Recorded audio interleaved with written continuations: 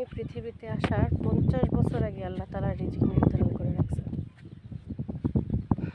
আপনার জন্য যদি একটা আপেল, আপনি বাংলাদেশে বসবাস করতেছেন, আমেরিকা কিংবা অন্য কোনো দেশ যেখানে আপনার পক্ষে যাওয়া কখনো সম্ভব নয়, সেইখানে জন্ম নেয়, সেই আপেলটা যে করে হোক আপনার পাতে চলে আসবে।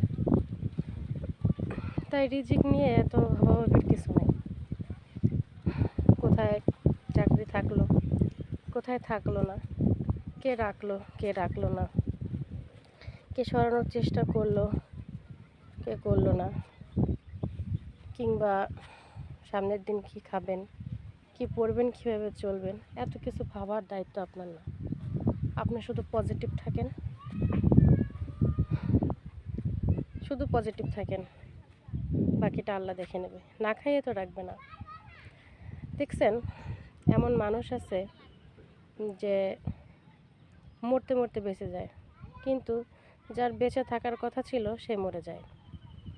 এমন মানুষ আছে যে অ্যাক্সিডেন্ট করতে করতে অ্যাক্সিডেন্ট করে না, কিন্তু যার অ্যাক্সিডেন্ট করার কথা না, রাস্তার পাশ দিয়ে হেঁটে যাচ্ছে, সে অ্যাক্সিডেন্ট করে মারা যায়।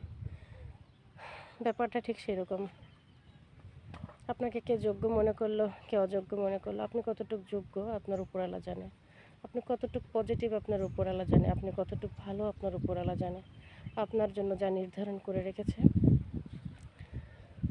সেটুকু আপনি পাবেনই পাবেন, যেভাবে হোক পাবেন।